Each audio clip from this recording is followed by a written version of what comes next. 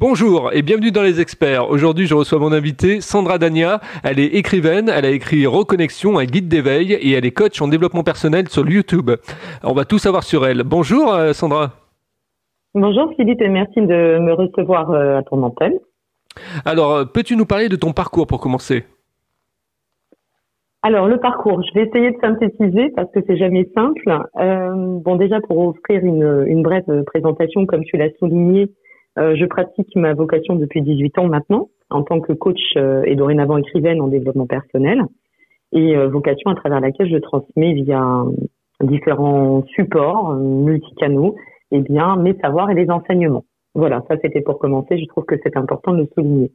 Alors, pour ce qui est de mon parcours, eh bien, j'ai commencé, comme tout à chacun, je dirais, par rapport à mon arrivée dans ce bas monde, dans le monde du travail, où j'ai occupé des fonctions assez riches et variées dans les domaines des RH, du consulting, de la formation, pour la partie, je dirais, majeure de mon exploration et de mon expérience. Et puis, j'ai quitté le monde du travail à 29 ans, afin de me consacrer à ma vocation.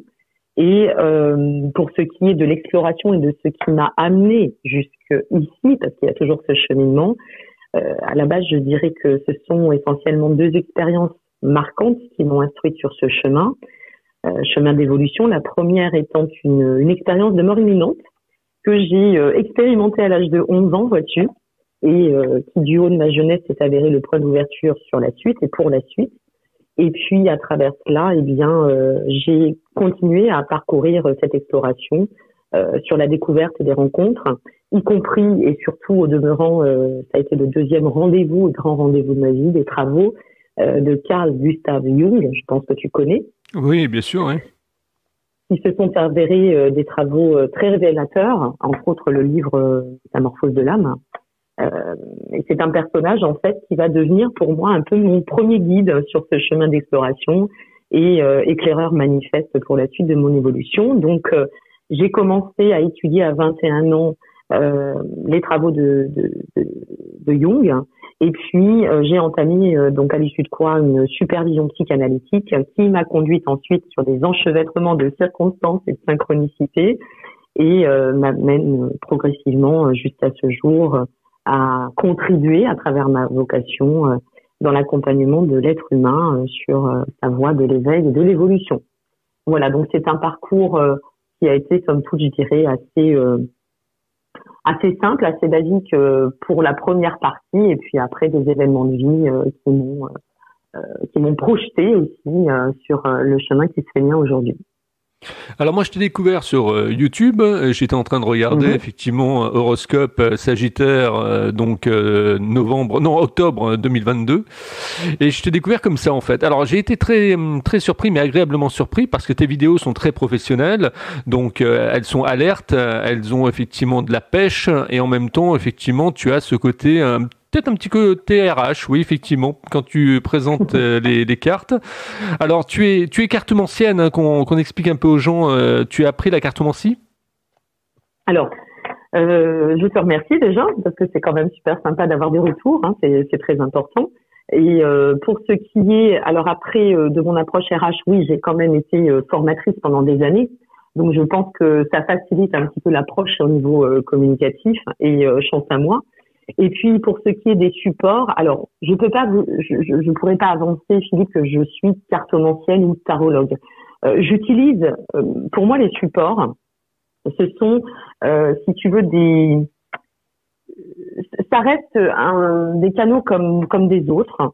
Les oracles viennent en complément de mes messages, des guidances que je reçois, parce que je reste quand même canal, hein, je suis née avec des capacités extrasensorielles, ou peut-être devrais-je dire que mes messages se complètent aussi avec les oracles, je ne sais pas trop dans quel sens, mais ça a été avant tout une passion, les oracles, les tarots, les oracles, et d'ailleurs je suis en train de créer 2 oracles et un tarot, vois-tu, en ce moment, en parallèle d'un prochain livre, et c'est vrai que à mon sens, ça nous permet, l'oracle, ça nous permet de pouvoir rester bien posé sur l'appui de matière, alors que les messages sont en sorte un plus qui expriment, eux, la part plus dimensionnée, tu vois, moins ancrée. Donc les deux se rejoignent à travers ce que nous détenons tous en nous, à savoir notre part intuitive. Et je ne pourrais pas te dire que ça t'apprend pas forcément la cartomancie, c'est quelque chose qui vient et qui se développe. Tu vois, c'est un petit peu comme l'instinct, comme l'intuitif, ça se développe en fait. Et puis après, bon, oui, bien évidemment, il y a les supports d'apprentissage où on va lire et on va apprendre ce que veut dire la carte de l'empereur, par exemple dans le tarot, ou la carte du 4 bâtons. Mais je ne pourrais pas m'assimiler à une cartomancienne. Voilà, c'est vraiment pour moi c'est un axe de développement personnel.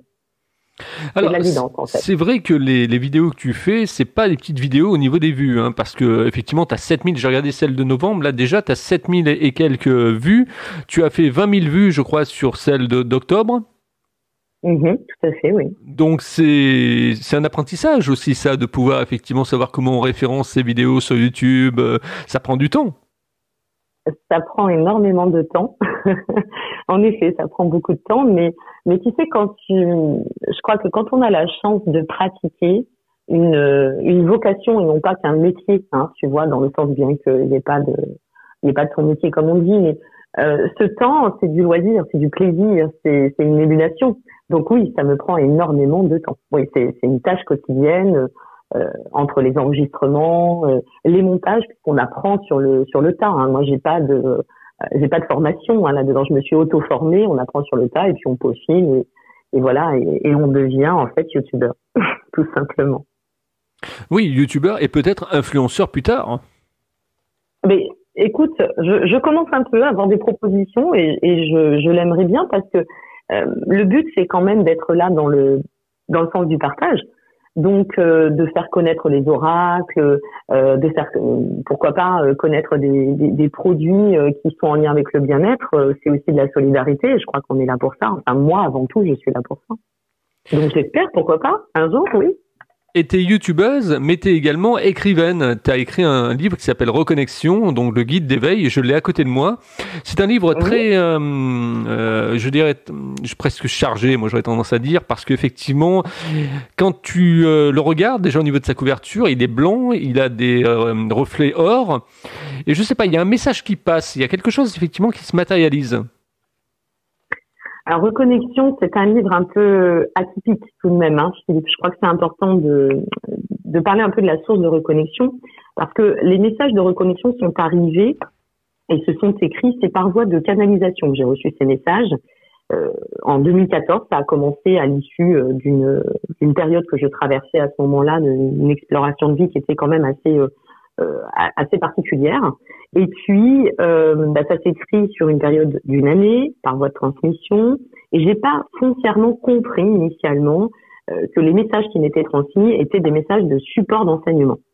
Donc, entre les connexions, les messages qui se sont présentés à ce moment de ma vie, qui me semblaient être juste à la base des messages comme je peux en recevoir.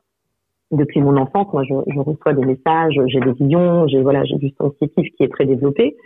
Et au fur et à mesure, j'ai lâché les écrits, qui se sont arrêtés exactement, et ça c'est assez drôle aussi en termes de synchronicité, le dernier écrit qui est donc le message sur la couverture, c'est un écrit qui m'a été transmis le 25 décembre 2015. Tu vois, c'est drôle, hein, il y a vraiment quelque chose de très synchro. Et puis, en relisant au fur et à mesure, je me suis aperçue déjà que ces messages me faisaient beaucoup de bien. J'avais l'impression que ces messages étaient porteurs d'une sorte d'énergie un peu alchimique. C'est pour ça que j'ai tenu à ce que, et ça a été une grande chance de pouvoir le placer chez mon éditeur, à ce que Reconnexion soit sur une couverture très épurée, mais qu'il y ait cette note, cette connotation d'or qui rappelle, tu vois, le sens de l'alchimie.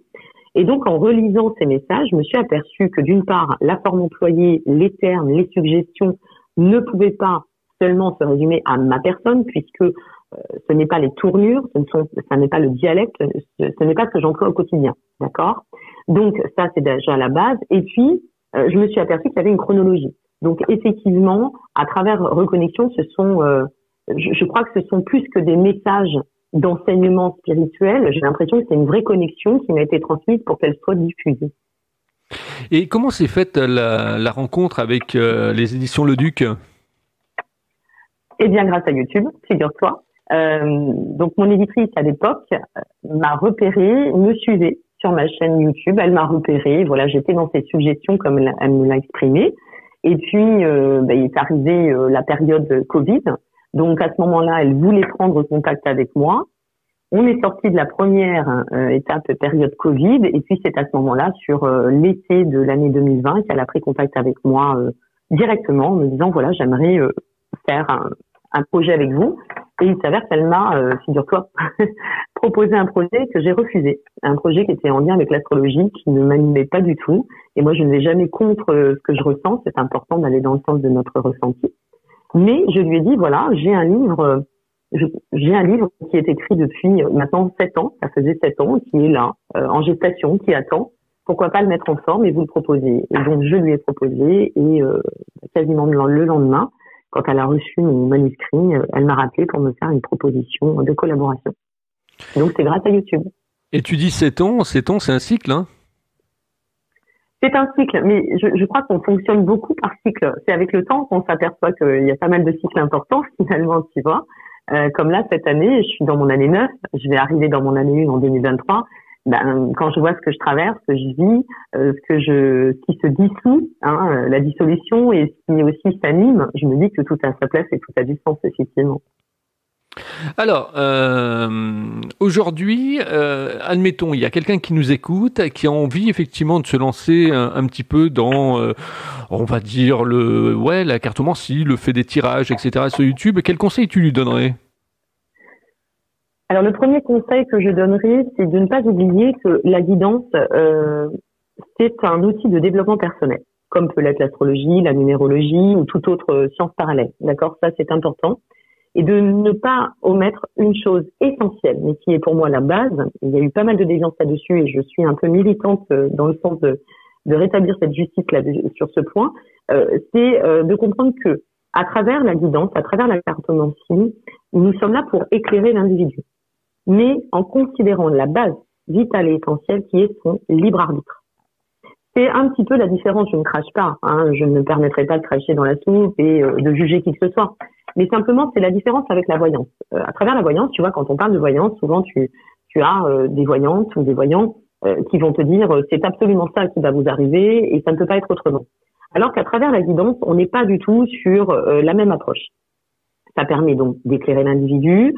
Tu n'omets pas cette part essentielle qui est son libre arbitre, qui est une fois de plus souvent évincé. Et à travers la guidance, eh bien, moi je vais parler dans ma façon de pratiquer, je transmets des informations en m'appuyant certes avec des supports, que ce soit les cartes oracles, les tarots, l'astrologie, quel que soit le support qu'on emploie, mais qui nous permettent d'apporter des informations, de prendre conscience pour la personne qui va nous consulter de ce cheminement qu'il ou elle est en train de parcourir.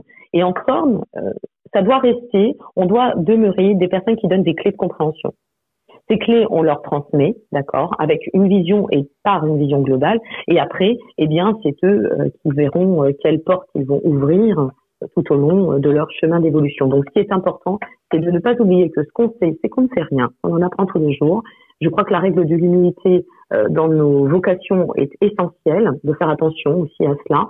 Et puis, surtout, d'adopter une pratique, quel que soit le support, bienveillante. Ça, c'est essentiel. Alors, on va rentrer dans l'interview immersive un petit peu pour que les gens comprennent comment tu fais. J'aimerais te poser une question concernant tes débuts sur YouTube. Je suppose que tu regardais tes vues effectivement comme le Messie un petit peu. C'est-à-dire qu'on se dit ah bah ouais tiens il faut que ça monte, il faut que ça monte. Pas du tout. Pas du tout. Mais alors pas du tout. Tu vois, c'est drôle.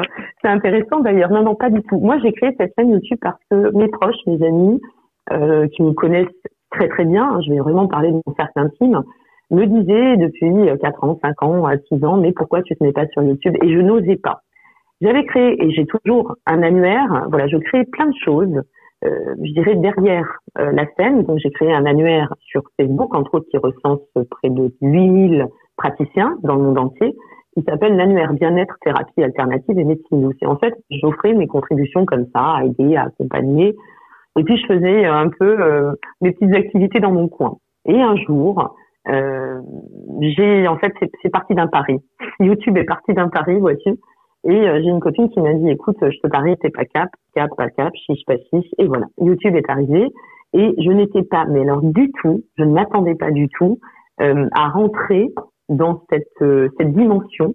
J'en suis presque à 30 000 vues, là, quasiment, enfin je dirais que d'ici une semaine, on y sera à peu près, vu la moyenne d'évolution. Et je n'étais pas du tout axée sur le chiffre, le nombre de vues. Je m'attendais à faire finalement, à animer cette chaîne en dilettante. Et puis après, je me suis prise au jeu. Ça m'a énormément plu. Et quand je vois tous les commentaires, tous les retours et tout ce que ça peut apporter en termes de contribution envers mon prochain, bah, je me suis dit qu'il fallait absolument pas passer à côté, que je n'étais pas là par hasard. Et quel était l'enjeu de ce pari? C'était juste un pari de chiche ou pas chiche. D'accord. Là. En fait, il n'y avait aucun enjeu. C'était de dire, oui, toi, tu fais toujours pour les autres. Bon, il y avait un petit peu de ça. C'est vrai que j'ai beaucoup accompagné mon prochain, mais moi, ça fait partie de ma quête. Donc, je suis pas regardante sur ce que je peux apporter en termes d'accompagnement. C'est mon cheminement. C'est ma quête. Elle est ce qu'elle est. Et donc, cette amie me disait, bon, bah, c'est bien, mais qu'est-ce que tu fais pour toi? Et à ce moment-là, je lui disais, je fais plein de choses. Et puis, elle m'a dit, ouais, tu fais plein de choses, mais tu te mets pas en avant. Et moi, c'est vrai que ça peut paraître bizarre puisque je reste youtubeuse. On me voit maintenant sur l'écran beaucoup plus, en plus du fait du livre, de la sortie et de l'évolution. Mais je reste quelqu'un de très pudique. Je reste quelqu'un de très intimiste. Hein, il faut pas croire. Le plus grand des humoristes demeure en général quelqu'un de très timide. Ben, c'est un peu ça l'idée. Et donc là, j'ai fait un énorme pas pour ce qui est de me mettre au devant sur YouTube. Donc l'histoire part de là. Voilà. Et donc tu t'es équipé, t'as essayé de choper effectivement un bon micro, t'as essayé de faire du montage, choses comme ça. C'est chronophage hein, quand même tout ça. Alors j'ai bidouillé comme je pense tout le monde au début, et puis après j'ai été chercher l'information. Tu sais, on regarde aussi les autres chaînes, bien évidemment, hein. Et je découvrais certains micros. Alors j'allais chercher l'information micro pour enregistrement de vidéo. Après j'ai regardé des tutos pour ce qui est de la réduction du bruit. Après j'ai quand même fait appel puisque avec le livre j'ai pris ça a pris une autre dimension hein, si tu veux tout cela. Donc j'ai dû faire appel à une community manager qui m'a énormément apporté en termes d'apprentissage de connaissances. Et puis, j'ai bidouillé. Après, je me suis acheté un trépied. Ensuite, je suis allée sur une application pour faire des montages. Et voilà. J'ai appris sur le tas, simplement. Hein. Je crois que c'est comme l'école de la vie. Ça s'apprend sur le tas. Oui, et puis il y a un livre que tu pourras lire, que j'ai interviewé d'ailleurs, Jean-Baptiste Viette, qui est directeur des contenus Orange, sur la plateforme Orange, et qui a écrit Tous influenceurs. Je t'invite à lire ce livre. Ah, super, merci pour l'information. Ouais, ça doit être très, très enrichissant. Et je crois qu'il a raison, ce monsieur. J'ai écouté beaucoup de tes émissions, mais je n'ai pas écouté celle-ci et je m'en ferai un plaisir. Je crois qu'il a raison. Je crois que à notre échelle, on est toutes et tous influenceurs. Il a tout à fait raison. Et qui plus est, quand on devient ce que l'on nomme des personnages réseaux, publics, médias, je ne sais pas comment on peut les cataloguer, mais c'est vrai, c'est tout à fait vrai. C'est juste. Alors, comment tu as fait pour monter tes abonnés sur YouTube? Parce que ça aussi, c'est quelque chose qui est un véritable sésame pour les gens qui nous écoutent. Comment tu as réussi à faire monter tes abonnés? Je n'en ai aucune idée. Je crois que je suis juste restée moi, authentique, comme je le suis avec toi. Je le suis avec toi comme je le suis avec mes abonnés. Je le suis avec mes abonnés comme je le suis avec ma famille. En fait, je crois que il me semble, hein, je ne détiens pas la science infuse, loin de moi, mais je crois que l'essentiel dans la vie, c'est d'être juste soi et d'être vrai. Et ça plaît parce que ça vient toucher la part authentique de celles et ceux qui t'observent et qui te regardent. Et je reste vrai et je transmets avec foi, avec amour. Et je crois que c'est ça qui vient toucher finalement l'auditeur. Et tu as beaucoup d'engagement avec ton audience, avec tes abonnés, c'est-à-dire qu'effectivement, tu connais peut-être pas tous sur le bout des doigts, mais disons que ce que je veux dire par là, tu discutes avec eux régulièrement, tu prends un peu les feedbacks, tu essayes de t'améliorer au fur et à mesure de ce qu'ils disent. Alors, je reçois pas. Au début, j'ai reçu pas mal de conseils. Moi, j'aime bien l'approche de la critique qui est constructive, tu vois. Je trouve que c'est intéressant et important. Ça fait évoluer, effectivement. Alors, je m'emploie à quelque chose pour moi, c'est le gouvernail. Hein, si j'en suis là, c'est parce qu'ils sont là. Donc, j'essaie, et ça se passe souvent quand je vais me coucher, je prends 1 heure en général le soir de mon lit, parce que j'ai pas le temps en journée, c'est vraiment des journées très chargées, mais je m'emploie à attendre que les flux de commentaires s'espacent, et même si j'en ai 400, 500, 600, 800, je suis même montée à 1000 pour certaines périodes, eh bien je m'emploie à répondre à tous, à envoyer un petit mot, à lire tous mes commentaires, et puis à répondre à tous les mails qui m'arrivent. Je réponds. Je m'octroie du temps pour leur offrir à mon tour le remerciement qui leur est alloué finalement, parce que sans cela et sans eux, Sandra Dania ne serait peut-être pas ce qu'elle est aujourd'hui. Donc voilà ce que je pratique au quotidien. Tu travailles également tes vignettes, c'est-à-dire effectivement la façon de pouvoir capter l'œil du spectateur. Je change au gré de mes envies, Philippe. Mes vignettes, c'est un peu comme, je sais pas, quand je me lève, j'ai envie d'aller marcher, j'y vais. J'ai pas envie de faire de sport, j'en fais pas. J'ai envie d'en faire, j'en fais. J'ai envie de boire un café ou un thé, j'alterne. En fait, ça dépend de mon humeur. Mais je mets juste une chose, c'est que j'ai compris, et ça c'est ma community manager que je remercie, qui m'a appris à me placer en termes d'image. C'est-à-dire que initialement, on voit l'évolution d'ailleurs sur ma chaîne, si tu veux regarder, tu t'amuseras.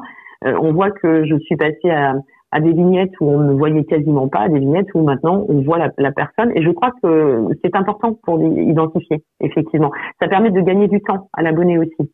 Donc je place mes vignettes comme cela, tout simplement. Oui, puis ça travaille ton branding en même temps. C'est-à-dire que c'est ce que tu disais tout à l'heure. Tu avais peur tout à l'heure et puis maintenant, effectivement, tu t'affiches. Oui, voilà. Alors ça, oui, ça m'a beaucoup aidé. J'ai eu de beaux accompagnements à ce niveau-là et de beaux soutiens aussi de mes proches, parce qu'une fois de plus, ça paraît pas, mais ça a été un exercice conséquent pour moi. Et aujourd'hui, oui, ça y est, j'assume. Et je pense que le livre, de toute façon, finalement, c'est le livre, je crois, qui ne m'a pas vraiment laissé le choix. Tu vois, au final, c'est le livre qui a poussé une porte et qui a dit, bon, alors maintenant, allez, on te pousse derrière et tu y vas. Donc, ça y est, c'est bon. Mais ça ne veut pas dire que je ne sois pas en manque de pudeur derrière l'écran, malgré tout. Tu discutes, tu reçois effectivement du courrier par rapport au livre justement de tes lecteurs. Tu as fait des dédicaces, tu t'es rendu sur place dans des librairies. Pas suffisamment à midi, voilà, pour diverses raisons. Je pouvais pas être partout non plus, donc je serais ravie de pouvoir bouger sur la France et aller à la rencontre des personnes de mes lecteurs, des personnes qui me lisent. J'ai fait des dédicaces effectivement ici et là. J'ai eu à en faire. Je reçois j'ai reçu pas mal de témoignages, oui, surtout par mail, pas forcément par courrier, mais par courrier mailing. Et puis aussi pas mal de personnes qui sont sur les réseaux et qui viennent me retranscrire et qui sont des abonnés entre autres Instagram et YouTube et qui viennent me retransmettre ce qu'a pu leur apporter la lecture de reconnexion et la contribution que ça a offert dans le cadre de leur cheminement. Quel est le réseau social que tu aimes utiliser et pourquoi? Alors, tu parles à une poisson ascendant balance. Tu me demandes de faire un choix. C'est très compliqué pour moi, Philippe. Donc, le réseau social, je crois qu'il y en a 2. Voilà, je vais te donner les 2 parce que je serais incapable de faire un choix dans le sens où il y a un réel enrichissement et une vraie interaction, c'est Instagram et YouTube. Et je viens depuis 2 jours de lancer TikTok. Donc, je pourrais te donner plus tard, si tu veux, mon expérience sur TikTok. Mais là, Instagram et YouTube, c'est vraiment les 2 réseaux que j'affectionne particulièrement. C'est vrai que TikTok, elle va en poupe, mais bon, c'est de la vidéo verticale, c'est une autre façon effectivement de travailler, une autre approche, des vidéos courtes, dynamiques, très denses. Et puis bon, il y a des filtres, on peut faire des tas de choses avec TikTok, mais moi j'y suis pas encore, tu vois, sur TikTok. Il va falloir que je m'y mette, mais j'y suis pas encore. Mais oui, il faut s'y mettre. Moi, j'y vais dans le sens, je sais pas, TikTok, je le prends dans une approche effectivement peut-être plus aérée, bien que de toute façon je m'amuse derrière l'écran. Quand j'ai envie de bugger, je bug. Quand j'ai envie de rire, je ris. Et quand c'est plus profond, ça l'est aussi. Mais l'intérêt de TikTok, en fait, c'est de partager pour moi, tu vois, des séquences de mes vidéos YouTube, parce que je sais qu'il peut y avoir des abonnés sur un Instagram, par exemple, qui ne sera pas sur TikTok, un TikToker qui va être plus sur Facebook, mais qui ne sera pas forcément. Donc c'est pour ça que j'essaye d'alterner pour que je puisse, surtout dans l'intérêt de transmettre et de partager auprès du plus grand nombre, parce que moi, c'est ça qui m'anime avant tout. Allez, je vais te poser la question marqueur des experts. On est à 24 minutes et 45 secondes. Comment tu trouves ma façon d'interviewer les gens, Sandra? Chaleureuse, bienveillante. Je t'ai dit que j'allais te répondre vraiment spontanément selon les questions. Donc chaleureuse, bienveillante. Tu as une voix très enjouée. Moi, j'ai beaucoup aimé ton approche très solaire, simple. Ça résonne pas mal avec mon authenticité. Et voilà, et je te souhaite vraiment sincèrement de pouvoir développer ton antenne parce que je trouve que c'est très intéressant et très diversifié. Et je trouve ça bien que tu puisses aussi faire appel, interviewer des personnes qui, comme moi, sont pas forcément sur le tout devant de la scène, mais qui méritent d'être connues, tout simplement. Voilà. Et tu vois, ton éditrice t'a trouvé sur YouTube. Moi, je t'ai trouvé sur YouTube également. Donc, je pense qu'il y en a d'autres, effectivement, qui vont aller regarder sur YouTube tes guidances parce que c'est riche d'enseignements. Donc, j'invite tout le monde, toutes les personnes qui écouteront cette interview à aller effectivement sur YouTube, à taper Sandra Dania et vous allez pouvoir trouver ça sans aucun problème. Ou alors, vous tapez horoscope, votre signe du zodiaque et puis effectivement l'année et vous allez voir, vous allez tomber dessus sans aucun souci, quoi. C'est très bien référencé. Oui, mais après c'est les algorithmes, ça on cherche pas vraiment, on peut pas faire grand chose là-dessus. Mais en effet, si tu tapes de toute façon Sandra Dania, ne serait-ce que sur Google, je suis référencée sur tous les réseaux et on peut trouver aisément ma chaîne, y compris sur YouTube, Instagram, voilà, sur tous les réseaux possibles. Tout à fait. Alors il y a un réseau que t'as pas évoqué, c'est Facebook. Et je trouve que de plus en plus mes invités et puis les gens que je rencontre utilisent de moins en moins Facebook. Tout à fait. Alors, ce que je partage sur Instagram, j'ai peut-être pas évoqué Facebook. Je peux pas te dire que je ne l'utilise pas. J'ai une page professionnelle et personnelle, mais professionnelle Facebook, et puis j'ai aussi cet annuaire dont j'ai fait référence. Mais ce que je partage sur Instagram est partagé automatiquement avec Facebook du fait que j'utilise une application qui appartient à Facebook et qui fait partager toutes les publications sur les deux. Donc en fait non, je suis un peu moins sur Facebook parce que je suis plus sur Instagram et qu'il y a une interaction entre les deux tout simplement. Oui, et puis la portabilité de Facebook est réduite de plus en plus, comme peau de chagrin. Oui. Donc tout à fait. C'est un réseau social qui commence à mourir un petit peu de lui-même, quoi. Je trouve aussi. Je trouve que c'est si du coup on passe, on est un petit peu, on est revenu un peu au mode de locomotive avec Facebook. Bon après ça reste utile et il y a des abonnés Facebook qui n'auront pas Instagram, qui n'auront pas TikTok, mais oui ça reste là maintenant ça s'essouffle un peu, c'est vrai. Et puis on va terminer avec le réseau social que j'ai gardé pour la fin, c'est LinkedIn. Alors LinkedIn c'est un réseau pro, effectivement. Quels sont les contacts que tu peux avoir sur LinkedIn? On est curieux de savoir. Ah, les contacts sur LinkedIn, oui, ils sont assez variés, mais je dirais dans l'ensemble, alors j'ai pas beaucoup de contacts sur LinkedIn parce que figure-toi, j'avais supprimé ma première fiche, et puis j'y suis revenue quand j'ai relancé le livre, donc j'ai pas vraiment beaucoup de contacts, mais par contre des contacts qui sont en lien avec alors des influenceurs, des youtubeurs, des artistes, tout ce qui va être en lien avec la littérature, effectivement l'art, le journalisme. Et les radios aussi, Radio-Canada entre autres, tout ce qui va être presse. Voilà, ça c'est plutôt mes contacts, mais c'est vrai que ça tourne autour de mes activités, Philippe. Alors, elle s'appelle Sandra Dania, vous l'avez écoutée aujourd'hui. Je vous invite à partager, à liker, à mettre des étoiles, 5 étoiles sur Apple Podcast pour faire monter le podcast également, les experts. Et puis, n'oubliez pas aussi à commenter, c'est important, laissez vos commentaires sous les interviews une fois que vous les avez écoutées. Ça permet effectivement d'avoir du feedback aussi. Voilà, je vous remercie de votre fidélité. Je te remercie également, Sandra, donc d'avoir prêté tes propos aux experts. C'est moi qui te remercie très sincèrement. Et puis, une fois de plus, je te souhaite une très très belle attention concernant ton antenne, Philippe. Merci à toi. Et puis de toute façon, je vais être régulier. Moi, tous les mois, je vais voir tes guidances, donc. Avec plaisir, avec plaisir. Là, on est sur la fin de l'année. Ça risque d'être dense parce qu'on a des aspects astro qui le sont aussi. Mais n'hésitez pas. Effectivement, c'est là pour vous. Je suis là pour vous. Merci à vous. Je vous dis à demain avec un nouvel invité dans les experts.